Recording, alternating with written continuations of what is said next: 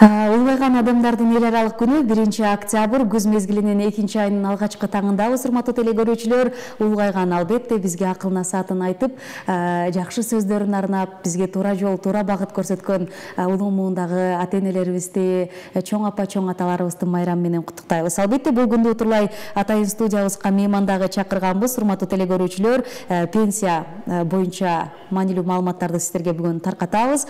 Ал үчүн социалдык фондунун Баткен облусунун координатору Алмазбек Адиев жооп берет. Кутмандуу таңыңыз менен. Саламатсызбы? Кош келипсиз. Саламатсызбы? Амандашпалыңыз. Саламатсызбы? Саламатсыздарбы, урматтуу телекөрүүчүлөр? Бүгүнкү бардык майрам ээлерин куттуктайбыз. Ал эми урматтуу телекөрүүчүлөр, мына ушул пенсия тууралуу сизде кандайдыр бир суроолор жаралса, анда Алмаз мырза өзү түз эфирден жооп берүүгө даяр. Эфирибиздин соңуна чейин жетишип калсаңыз болот. Экран астында WhatsApp номерлер жазылып турат. Алгачкы эле суроом, бүгүнкү пенсия көбөйгөнү, азыр көпчүлүк мына ушул пенсияга чыккан улгайган муундагыларга аябай жакшы жаңылык болду болуш керек, Ушул жөнүндө пенсиянын көбөйгөнү Баткен облусунда канча пенсионерге таасир этет деп баштагым келип атат. Бүгүнкү күндө биз жыл сайын ушул улгайган адамдардын эл аралык күнүнө карата кайра эсептөө жүргүзүп келебиз. Быйылкы жылдын 28 августунда Кыргыз Республикасынын министрлер кабинетинин 534 мамлекеттик пенсиялык камсыздандыруу мыйзамынын негизинде 1-октябрга чейинки чегерилген пенсиялар бардык пенсиянын камсыздандыруу бөлүгү 10%-га жогорулады. Бирок 500 сомдон кем эмес, 600 сомдон кем эмес, 5000 сомдон ашыкча эмес чектөөлөр киргизилди. Башкача айтканда, бул эгер пенсияны эсептегенде анын камсыздандыруу бөлүгүнүн 10%-ы 600 сомго жетпей калса, биз автоматтык түрдө 600 сом кошобуз пенсияга. Ал эми 5000 сомдон ашып кетсе, 5000 сом гана кошобуз. Буга чейин билесиздер, былтыры пенсиянын орточо жашоо минимумуна жеткизип, пенсияны ушул 1-октябрь күндөрү 6900 сомго чыгарган элек. Эң минималдуу пенсияны. Азыр 600 сом кошулуп, башкача айтканда 7500 сом эң минималдуу пенсия болуп саналып атат. Бүгүнкү күндө азыр область аймагында 71 000 пенсионер болсо, толук кандуу бардыгы кайра эсептелип бүттү. Анын ичинен 53 000 улгайган адамдар, 2800-дөй бул ден соолугунун мүмкүнчүлүгү чектелген адамдар, 15 000-дөй бул багуусудан ажыраган пенсионерлерибиз. Ушулардын бардыгы кайра эсептелип, буюрса 10-октябрга төлөмгө даяр болуп турат. Төлөмгө даяр болуп турат. Ошондо биздин ата-энелерибиз ушул октябрдын 10-ундан баштап жогорулатылган суммадагы акчаны алышат. 10-ундан баштап жогорулатылган суммада. Ону да түшөт деп калдыңыз, Ону да уже бизде мындай неме бар да. Капчыгы кенейет. Жок, бизде ону да башталат төлөм. Кийинки айдын 10-унан алып калабы ошондо? Октябрдын 10-унан баштап толугу менен ала баштайт. 25-ине чейин график боюнча берилет. Банк аркылуу алса дагы, почта аркылуу алса дагы, график боюнча 25-ине чейин берилет. Жакшы. Негизи пенсияга канча жаштан чыгат? Негизи бүгүнкү күндө жалпы тартипте эркек кишилер 63 жаштан чыгышат, аял кишилер 58 жаштан чыгышаттар. Бул бүгүнкү күндөгү талабы 5 жылдык стаж керек. Эгер 5 жылдык стаж болсо, жашы 63-кө чыкса, эркек кишинин пенсияга чыкканга укугу пайда болот. Бирок 5 жылдык стаждын 1 жылы камсыздандыруу стаж болуш керек. Биз стажды 2-ге бөлөбүз да, 96-га чейинки бул эмгек стаж болуп, 96-дан кийин камсыздандыруу стаж болуп. 1 жыл сөзсүз камсыздандыруу стаж керек.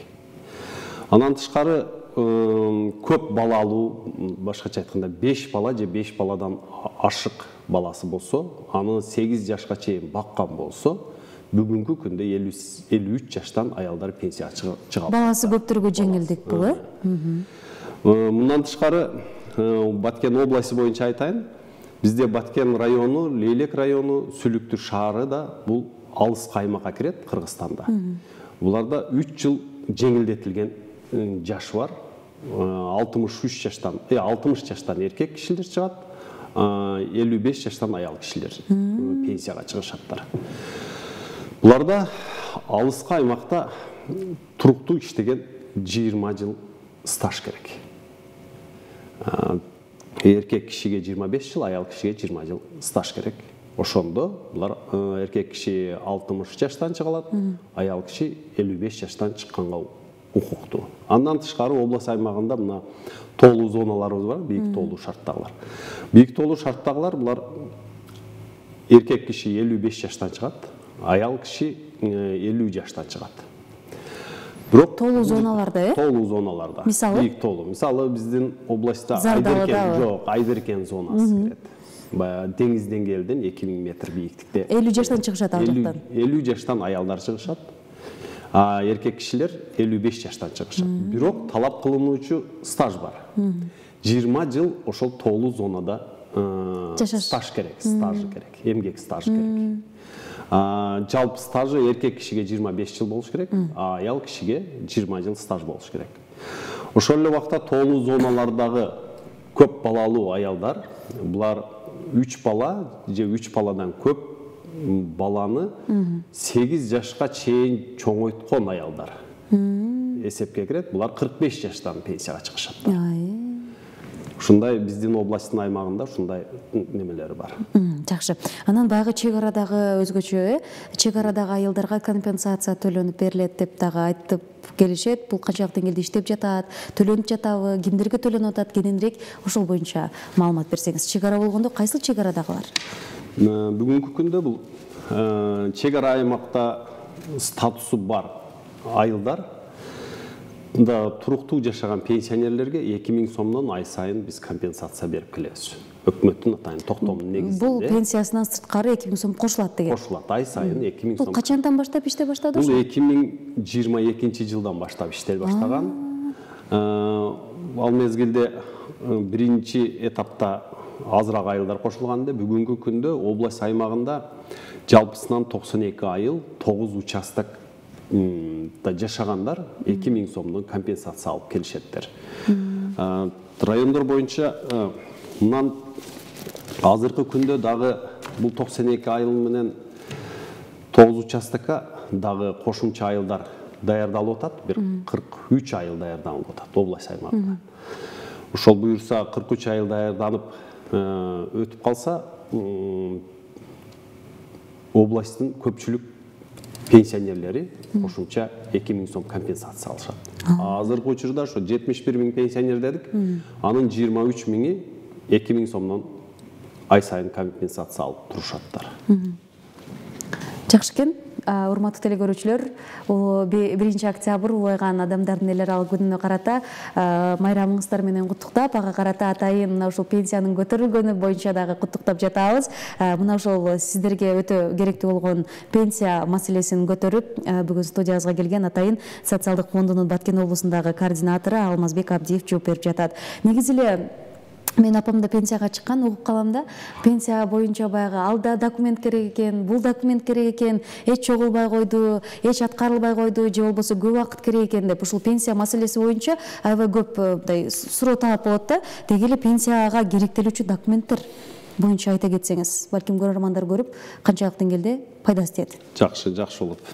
Бүгүнкү күндө жалпы негизде чыкчу баягы айтып кеткен 63-58 жашта чыгат турган болсо, 5 жыл стаж керек болсо, буга документтердин аз эле талап кылынат. Эмгек китепчеси, паспорттон ошол 5 жылдык стажы гана талап кылынат. Болду, башка эч нерсе талап кылынбайт. Бирок биз айттык, мына 60 жаштан алыс аймактар дедик, Баткен, Лейлек, Сүлүктү деп атап өтүп кеттим. Буларда канча жеңилдик берген сайын, ошо жеңилдикти тастыктоочу документтер талап кылабыз. Эгерде биз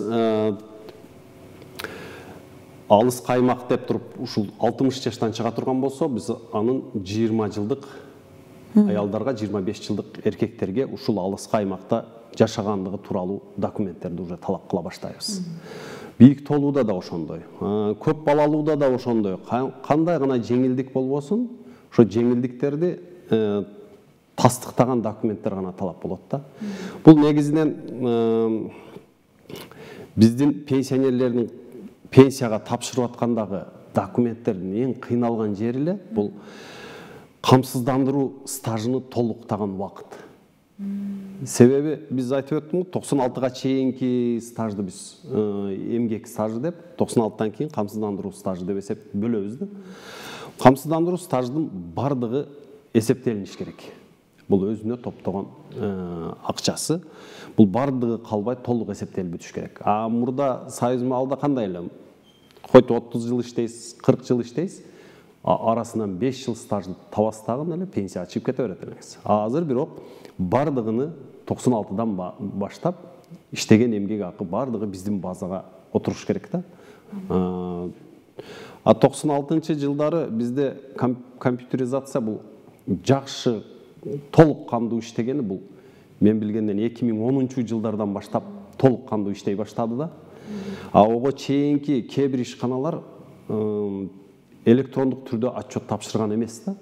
Ал базада жок. Ошол пенсияга келерден алдын сөзсүз эле пенсияга 1 ай, 2 ай калганда эмес, 1 жыл, даже 5 жыл алдыңдагы барып, социалдык фонддон барып тактап, 96-жылдан ошол калып кеткен стаждарын толуктап, бизге арыз берсе, биз атайын стаждарын баракчасын чыгарып беребиз. Ошол жерде жок жылдарды толуктап койсо, бул адамга пенсияга чыгыш үчүн өтө жеңилдик болот. Кийин даяр стажга эле келип, баягы айткан керектүү гана паспорт, эмгек китепчени гана тапшырып, пенсияга чыгып кеткенге мүмкүнчүлүк пайда болот. Ошол негизинен. Көрөрмандардан келген суроолор бар экен, саламатсыздарбы дейт, жашоо минималынан дейт, аз пенсия алып жаткандарга кошумча жардам каралганбы? Чоң рахмат деп Самаркандык айылдан жазып жатат. Бүгүнкү күндө жашоо минимумунан пенсионердин жашоо минимуму бар, атайын статтык маалымат боюнча. Бүгүнкү күндө жашоо минимумунан биз жогоруда турабыз. 7500 бул пенсионердин жашоо минимуму. Ушунан аз пенсия алган булар, бая айтып өтүп кеттим, биз 3 түр пенсия беребиз улгайган адамдарга, багуусудан ажыраганга жана ден соолугунун мүмкүнчүлүгү чектелгендерге беребиз. Ушул жерде ден соолугунун мүмкүнчүлүгү чектелгендердин биринчи, экинчи топтогу майыптарга биз толук пенсия беребиз. 7500дөн кем эмес пенсия беребиз. Бирок 3-чү группадагы пенсионерлерге биз 50% берилет. Ошол 7500дөн ылдый алышы мүмкүн. Анан багуусудан ажыраган адамдарга бул атасын, апасын жоготкон адамдарга пенсия чегерилет. Ушул өткөн адамдын эмгек стажынын негизинде балдарга пенсия чегерилет. 18 жашка чейин. Эгер 18 жаштан кийин окуйм десе, 23 жашка чейин биз анын пенсиясын берип турабыз балдарга. Ошол мезгилде бир балага 50% тиет. Баягы чегерилген пенсияны өткөн адамга пенсия чегерип, ошонун 50%-ын бир балага беребиз. 2 балага 90%-ын беребиз. 3 балага 120%-ын беребиз, 4 балага 150%-ын беребиз. 4 баладан ашса, ошо 150% менен чектелет, 150% берилип турат. Бул жараныбыздын кайрылганы бул ушул багуусудан ажыраган адамдар 50% алып калса, эгер бир адам болуп, ошондо жетпей калышы мүмкүн. Жаңкы айткандай, ден соолугунун мүмкүнчүлүгү чектелгендерге 3-чү группада болуп калса, ошондо ошол убакта гана 7500ге жетпей калышы мүмкүн. Калган учурларда бардыгында 7500дөн ылдый пенсия жок бүгүнкү күндө. Чоң рахмат. Саламатсыздарбы? Баткенден жазып жатам. Пенсиям 7100 сом. 1-октябрдан кийин канча болот? Жооп берип коюңузчу. Рахмат дейт. Жакшы суроо болду. Эсептеп бериң эле деп турду. Канча көбөйөт да? Ошо 10-на чейин күтө албай атат окшойбуз. Бул мындай болду. Бардыгыбыз эле эсептесек болот муну. Пенсиябыздын 3170 сому бул базалык бөлүк. Пенсия өзү бөлүнөт да. базалық бөлікке бөлінеді, камсыздандыруу бөлігіне, анан топтомо пенсия деп үчкө бөлөбүз. Бул топтомо пенсия, бул азыркы пенсияга немеси жок. Базалық бөлүктү эсептебейбиз, 3170ти. Андан тышкары дагы кошумча жаңы айтып кеткен компенсация беребиз, баягы чек арада жашагандарга. Аны кошуп эсептебейбиз. 80 жаштан ашкандарга кошуп беребиз. Ушундай кээ бир кошкондорду эсептебегенде калган сумманы негизинен бул жерде базалык бөлүктү эле алып таштап туруп 3170ти алып, калганын 10%га көбөйтөт. Эгер 600 сомго жетпей калса, биз 600 сом сөзсүз кошобуз. Түшүнүктүү болду окшойт да. Атам күч органдарынан пенсия алат, ага жогорулатуу болобу же жокпу дейт. Күч органдарында пенсия алат экен. Рахмат. Күч органдарынын пенсиясы бул биз жарандардын пенсиясын беребиз, пенсиясын чегеребиз. А күч органынын пенсиясы бул ошол күч органдарынын өзүндө атайын түзүлгөн пенсиялык башкармалыгы бар. Алар башка мыйзам менен иштешет. Биздин мыйзамга, жалпы жарандардын мыйзамынан башка мыйзам бардык. Алар боюнча жооп бере албайсыз? Жок, алар боюнча жооп бере албайсыз. Мен дейт 58-ге чыгып калдым. 1995-жылдагы балам бар. Анан дейт ошону айтып берсеңиз не кылам дейт. Мен түшүнбөй калдым суроого, бирок сиз түшүнгөн жоксузбу? Мен дейт 58-ге чыгып калдым. 1995-жылдагы балам бар. Анан ошону айтып берсеңиз дейт. 58-ге чыкса уже бир эле баласы бар окшойт, мен түшүнөм. Уже аял киши окшойт бул. Аял кишилер 58-ге чыккандан кийин 5 жылдык гана стаж талап кылабыз. Анын 1 жылы камсыздандыруу стаж болуш керек. Ушул 96-дан бер жагына болуш керек. А 4 жылы 96-га чейин болсо болот. Ушул 5 жылдык стаж болсо бизге кайрылсын, пенсияга чыгарабыз. 58 жашка чыккан болсо, пенсияга чыгууга укугу пайда бар. Саламатсыздарбы? 10 жыл стажы бар аялдар канча жаштан чыга алат дейт?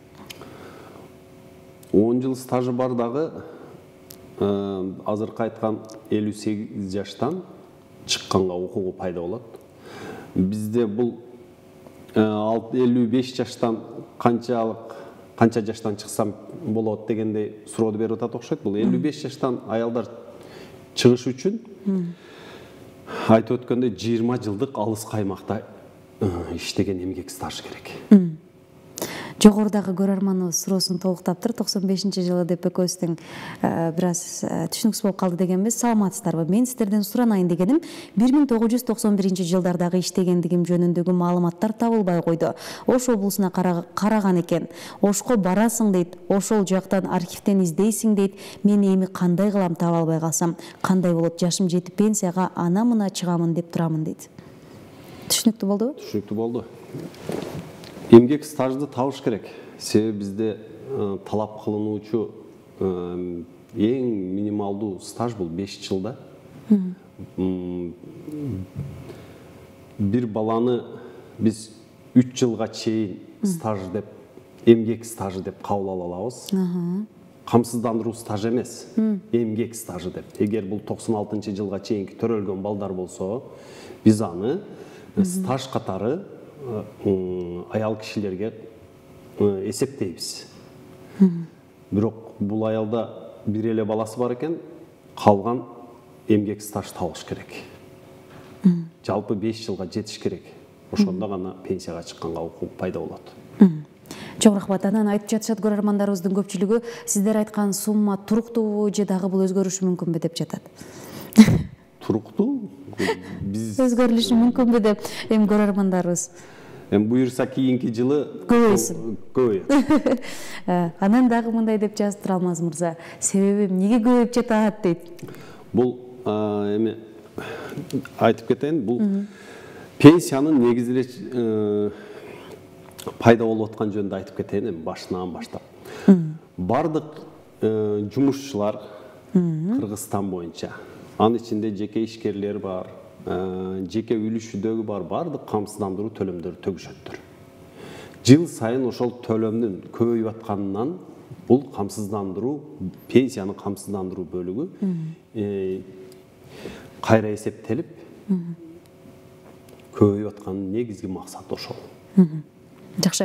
Анан бул менин жеке суроом, карылар күнүнө карата атайын белектер каралганбы бүгүнкү күнгө карата? Анан акча түшөбү тигилерге, биздин ата-энелерибизге, ошол жашы улгайгандарга кошумча белек каралганбы? Сиздердин бүгүнкү күнгө карата кандай пландар?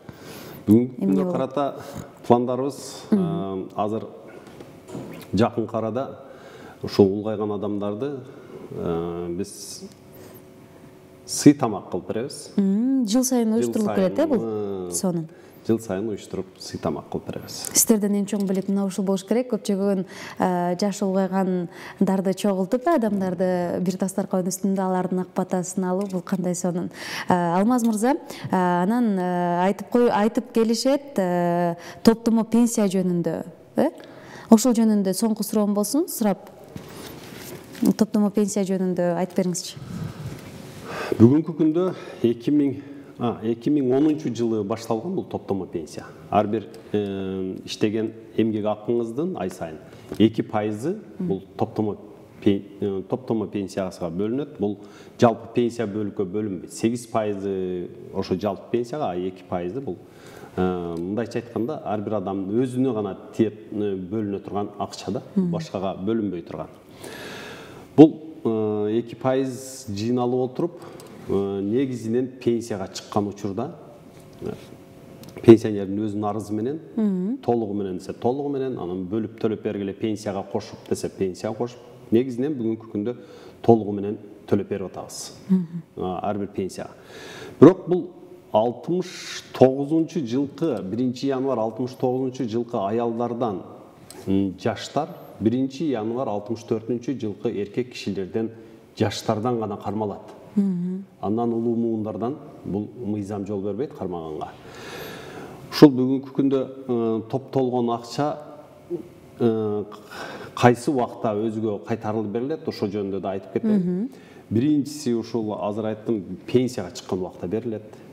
Экинчиси бул башка мамлекетке көчүп жаткан учурда толугу менен топтомо пенсиясы берилет.